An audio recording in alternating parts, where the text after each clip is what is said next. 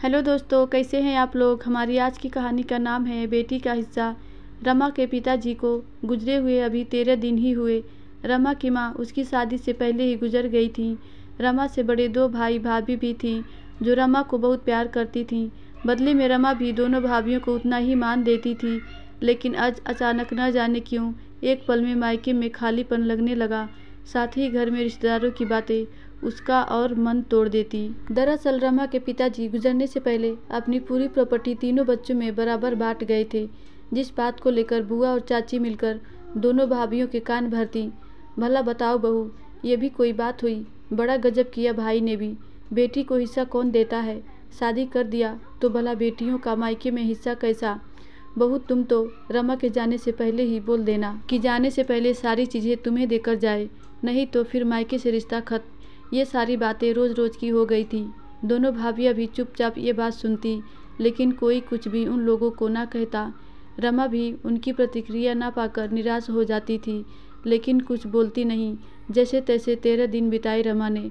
अगले दिन रमा ने अपने पति रमन से कहा, रमन, मुझे तो कभी भी प्रॉपर्टी में हिस्सा नहीं चाहिए था, लेकिन पिताजी ने मेरे नाम भी प्रॉपर्टी कर दी। उन्होंने ऐसा क्यों किया मुझे नहीं पता, लेकिन मुझे पता है कि मैंने उनसे कुछ नहीं मांगा था। लेकिन फिर भी मुझे लगता है दोनों भाभियाँ मुझसे मन ही मन नाराज़ हैं। हालांकि उन्होंने मुझे ना कुछ कहा ना नाराज़गी जताई, लेकिन फिर भी मन ही मन मुझे पता नहीं क्यों कुछ अच्छा नहीं लग रहा। रमन, देखो रमा, पहली बात तो मुझे ऐसा नहीं लगता, लेकिन अगर ऐसा हो भी तो भी तुम्हारी भाभी लोग भी गलत नहीं है। अगर वो तुमसे नाराज़ हैं तो क्योंकि समाज की यही सोच है। तुम खुद सोच कर देखो कि अगर उनकी जगह तुम होती तो कैसा महसूस करती। वो बात अलग है कि तुम्हारी कोई ननद ही नहीं, लेकिन ये समाज का सच है। कोई भी अपनी बेटी को प्रॉपर्टी में हिस्सा नहीं देता।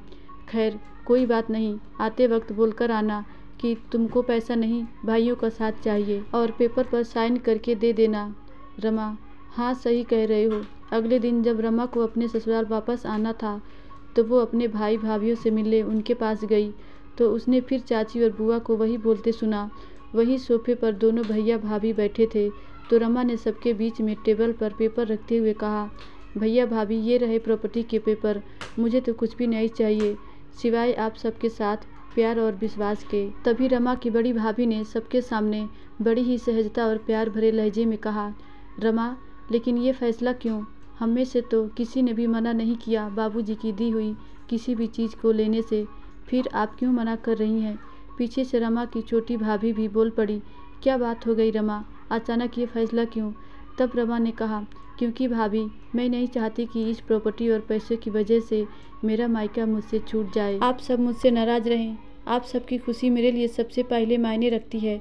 वैसे भी शादी के बाद बेटियों का प्रॉपर्टी में हिस्सा लेना या माता पिता द्वारा हिस्सा दिया जाना दोनों ही गलत ही माना जाता है। अगर मैंने हिस्सा लिया तो समाज और आप सबकी नज़रों में मैं लालची बनकर रह जाऊंगी। रमा की बड़ी भाभी ने कहा, तब तो मैं कहूँगी रमा, आप ये लालच ज़रूर करो। इसलिए नहीं कि आपको समाज क्या कहेगा, बल्कि इसलिए कि इससे बेटियों के प्रति बने समाज के नियम में बदलाव ज़रूर आएगा। जब हमें कोई समस्या नहीं तो आप समाज के बारे में क्यों सोच रही हैं। लोगों का काम ही है बोलना, वो तो कुछ न कुछ बोलेंगे ही, और जो बात हमारे लिए अहमियत ही नहीं रखती उसका जवाब हम क्यों दें या उसके बारे में क्यों सोचें। रमा, एक बात बताना, क्या भाई भाभी और मायके वालों का प्यार इतना कमज़ोर होना चाहिए जो एक बेटी के प्रॉपर्टी में हिस्सा लेने या देने से टूट जाए। तो फिर तो जो रिश्ता पैसे और प्रॉपर्टी पर टिका हो, आज नहीं तो कल टूटेगा ही। हम चाहे जितनी भी कोशिश कर लें उनको बचाने की, और क्यों समाज हर कुर्बानी हम औरतें से ही चाहता है, कभी माँ के रूप में, कभी बेटी तो कभी बहन तो कभी पत्नी के रूप में। दुख तो तब ज़्यादा होता है जब खुद औरतें भी ऐसा ही सोचती हैं और करती हैं। क्यों समाज बेटों से ये कुर्बानी नहीं मांगता कि तुम छोड़ दो सारा पैसा और प्रॉपर्टी अपनी बहन या बेटी के लिए। अगर आप बेटी ना होकर बेटा होती तब तो आप इस प्रॉपर्टी का हिस्सा होती ना। रमा, आपका आज लिया सही फैसला आगे आपके ही नहीं हमारे बेटियों और बेटों के भी काम आएगा। उनको पता होगा कि हमारी हर चीज़ पर दोनों भाई बहन का समान अधिकार है। रमा की भाभी का जवाब सुनते बुआ, चाची और वहाँ मौजूद कुछ रिश्तेदार बगले झाँकने लगे। तभी बुआ ने तपाक से बीच में बोला, हाँ हाँ करो, नई शुरुआत बदलाव की, लेकिन याद रखना कि फिर बेटों के बराबर सारे कर्तव्य भी निभाने होंगे मायके के लिए। माफ़ कीजिएगा बुआ जी, लेकिन आप मेरी एक बात का जवाब दीजिए कि क्या सारे बेटे प्रॉपर्टी लेकर अपने माता पिता की सेवा करते ही हैं? क्या किसी के 2 बेटे हैं तो दोनों समान अधिकार माता पिता के प्रति निभा पाते हैं? नहीं ना।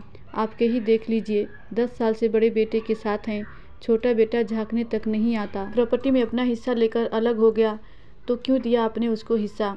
माता पिता की सेवा बेटा बेटी दोनों के समान रूप से करने का अधिकार है, बिना किसी लालच के। माता पिता कोई प्रॉपर्टी नहीं जो उनका बंटवारा करके सेवा की जाए।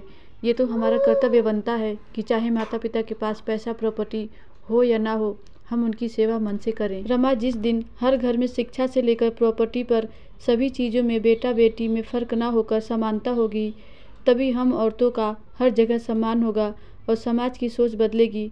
फिर रमा के भाइयों ने कहा, छोटी अपने भाइयों को इतना ही जान पाई, हमें भी अपनी बहन से ही प्यार है। बहन से प्यारा हमारे लिए भी कुछ नहीं, तो तू किसी तरह का बोझ अपने दिल पर मत रखना। जो जगह तेरी इस घर में कल थी वही आज भी है और आने वाले कल में भी वही रहेगी। अब ले ये पेपर। अपने भाई भाभी की बातें और सोच देख सुनकर रमा का मन भाव विभोर हो गया। वो अपने भाइयों के गले लगकर खूब रोई और कहा, भाई काश समाज में हर भाई भाभी की सोच ऐसी हो जाए तो कभी किसी लड़की का मायका ना छूटे। धन्यवाद भाभी आप दोनों का और उस ईश्वर का जिसने इतनी प्यारी और अच्छी सोच की भाभियाँ मुझे दी। धन्यवाद दोस्तों, आशा करती हूँ ये कहानी आपको ज़रूर अच्छी लगी होगी।